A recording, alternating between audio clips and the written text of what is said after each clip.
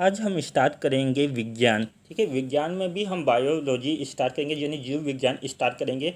लेकिन इस आपको जिसमें मैं कोशिश करूँगा कि सिंपल लेवल यानी बेसिक लेवल से लेकर हाई लेवल की इसी के आपको पॉइंट बता पाऊँ, उसके बारे में जानकारी दे पाऊँ, ताकि फॉरेस्ट रेंजर के एग्ज़ाम में जो हाई लेवल के क्वेश्चन आते हैं वो आपसे अच्छे से बने। फॉरेस्ट रेंजर में कोई हाई लेवल के क्वेश्चन नहीं आते, और जो हमारा भ्रम है कि हाई लेवल के क्वेश्चन आते हैं, क्योंकि हम विज्ञान जो साइंस है क्योंकि ऊपर ही ऊपर पढ़ लेते हैं, उसका का पूरे अंदर से जाकर जो बेसिक पॉइंट है उसको पढ़ने की कोशिश नहीं करते, जिसके कारण हमें वो लगता है कि काफ़ी हाई लेवल के क्वेश्चन हैं। ठीक है, मैं कोशिश करूँगा कि आपको जितना से ज़्यादा हो सके उतना डीप ले जाके पढ़ाऊँ।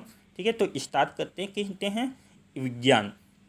तो विज्ञान से पहले तो आपको समझाऊँ कि विज्ञान का अर्थ क्या होता है। ठीक है, और इसका अंग्रेजी शब्द क्या है, किस भाषा समूह से इसकी उत्पत्ति हुई है, ये सब हम अब देखेंगे। तो विज्ञान विज्ञान का जैसे हमें सभी को पता है कि अंग्रेजी शब्द साइंस है, और जिसकी उत्पत्ति लैटिन भाषा के साइंटिया शब्द से हुई है। ठीक है, आपको यहाँ पर इसे किस भाषा समूह से इसकी उत्पत्ति हुई है ये भी याद रखना है। ये आया हुआ क्वेश्चन है कि साइंस शब्द की जो उत्पत्ति हुई है लैटिन भाषा के साइंटिया शब्द से हुई है, जिसका अर्थ होता है ज्ञान, जानना या श्रृंखला रूप में जानना।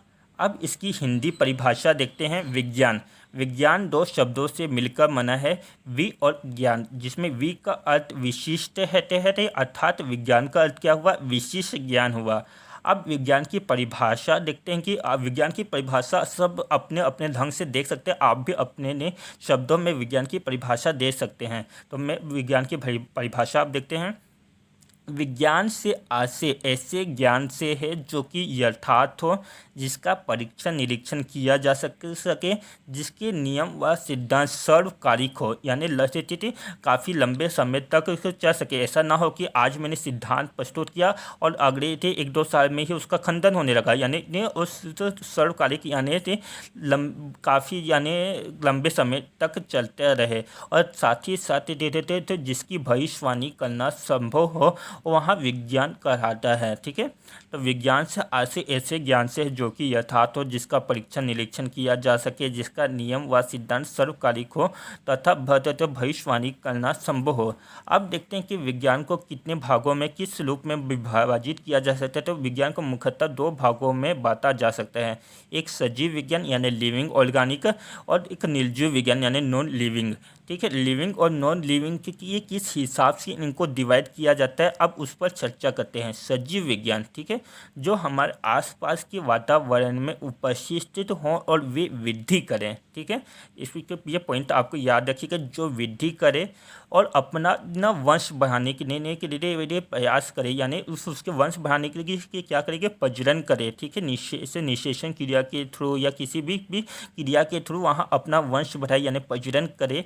तथा इसके से भी ज़्यादा इम्पोर्टेंट हो गया क्या कि वृद्धि करना और प्रजनन करना ही इसे को करने वाले को ही क्या सजीव विज्ञान कहेंगे, नहीं। इसके लिए एक इम्पोर्टेंट पॉइंट है कि इसकी आसपास के वातावरण के प्रति वहाँ संवेदना प्रतीत करे। ठीक है, अगर कोई वस्तु या कोई चीज़ अपने आसपास के वातावरण के प्रति संवेदना प्रतीत करते हैं तो वहाँ सजीव विज्ञान के अंतर्गत ही आते हैं, यानी वहाँ लिविंग ऑर्गेनिक के अंतर्गत ही आते हैं। क्योंकि क्या होगा, जैसे पौधे क्या करते रहते थे, प्रदूषण जब होता है तो उनकी जो पत्तियां का रंग जो होता है पीला हो जाता है या नारंगी टाइप का हो जाता है, और ज़्यादा प्रदूषण होने के पर उसके पेड़ सूख हो जाते हैं, यानी वहाँ अपने आसपास के वातावरण के प्रति क्या करते, संवेदना प्रतीत करते हैं, प्रदर्शित करते हैं, संवेदना प्रदर्शित करते हैं। अब आते हैं निर्जीव विज्ञान।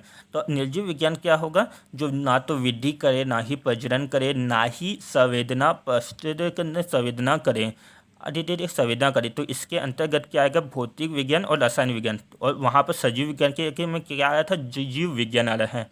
अब विज्ञान को और किस फॉर्म में परिभाषित डिवाइड किया जा सकता है, विज्ञान को प्राकृतिक विज्ञान और मानव निर्मित विज्ञान में डिवाइड किया जा सकता है, जिसमें प्राकृतिक विज्ञान में जीव विज्ञान, भौतिक विज्ञान, रसायन विज्ञान आएगा, और मानव निर्मित में क्या आएगा, मैथमेटिक्स आएगा, समाज शास्त्र आएगा, दर्शन शास्त्र आएगा। ये मानव निर्मित विज्ञान है। अब देखते हैं कि जीव विज्ञान। ठीक है, अब यहाँ से हम स्टार्ट करते हैं जीव विज्ञान। तो जीव विज्ञान में जो तो आपको समझना होगा कि जो बायोलॉजी है उसकी शब्द की किस भाषा समूह का शब्द है। तो बायोलॉजी जी जो शब्द है तो ग्रीक भाषा शब्द का ग्रीक भाषा से इसकी उत्पत्ति हुई है। ठीक है, अधिकतर यहीं पर गलती होता है कि बायोलॉजी किस भाषा समूह का शब्द है देते हैं तो देता है तो हम लैटिन मार के आ जाते हैं। ठीक है, क्योंकि मैक्सिमम है जो हम साइंस पढ़ते हैं उसमें जो भाषा की उत्पत्ति हुई है या जिसका नामकरण दिया जाता है वहाँ लैटिन भाषा में ही दिया जाता है। लेकिन जब बायोलॉजी है वहाँ ग्रीक भाषा का शब्द है, आपको ये याद रखना है। तथा जीव विज्ञान का जो जनक है एक अरस्तु को कहा अरस्तु है। ठीक है, जीव विज्ञान का जनक कौन है? अरस्तु है। अरस्तु के बारे में मैंने कुछ इंपॉर्टेंट पॉइंट यहाँ पर लिखा है, आप उसको देख लीजिए कि अरस्तु एक यूनानी दार्शनिक था। इनकी रचना द पॉलिटिक्स थी। इनके गुरु का नाम प्लेटो था। इनके शेष का नाम सिकंदर था। इनको जीव विज्ञान, जंतु विज्ञान, भूगोल विज्ञान का जनक कहा जाता है। क्या कौन कौन से विज्ञान का? जीव विज्ञान, जंतु विज्ञान, भूगोल विज्ञान का जनक इसे कहा जाता है, अरस्तु को कहा जाता है।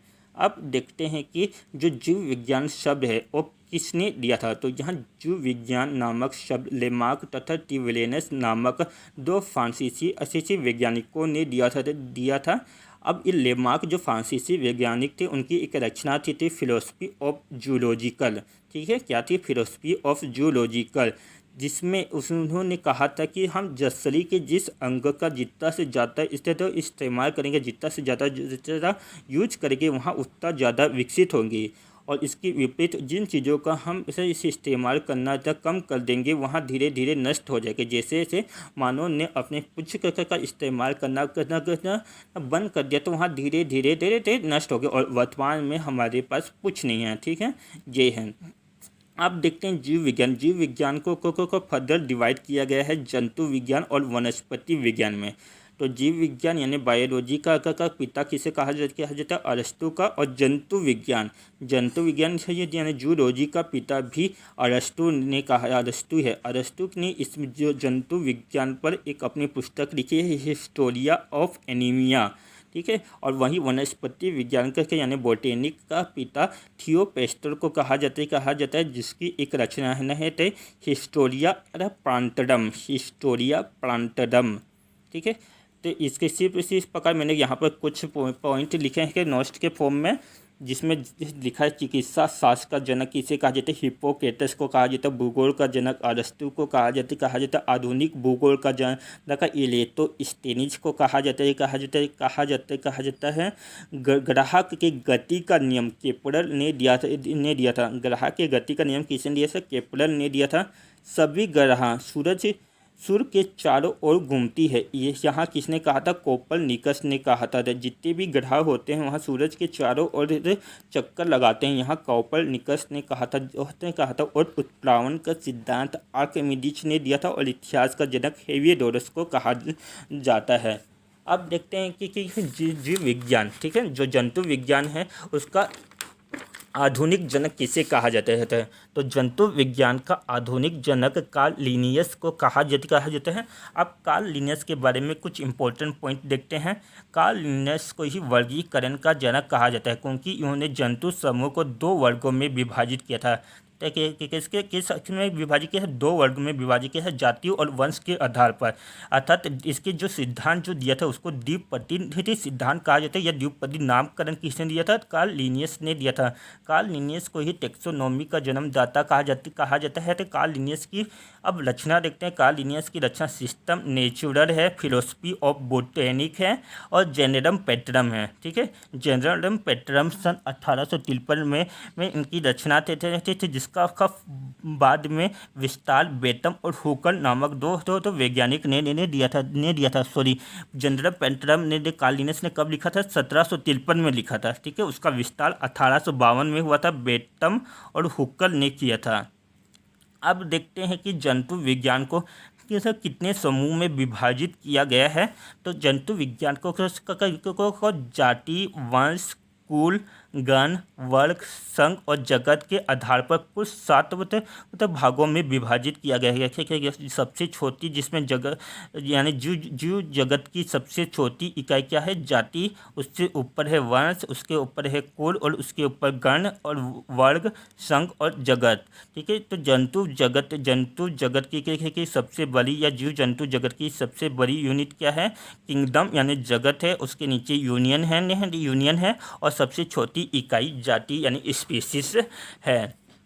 अब मैंने यहाँ पर कुछ नोट्स के फॉर्म में मैं इसके नाम, वैज्ञानिक नाम लिखे हैं। आप कोशिश करिएगा आपको जितना से ज़्यादा हो सके उतने ने लिखने हैं। जैसे मानव का वैज्ञानिक नाम क्या है? हीमोसोफियस।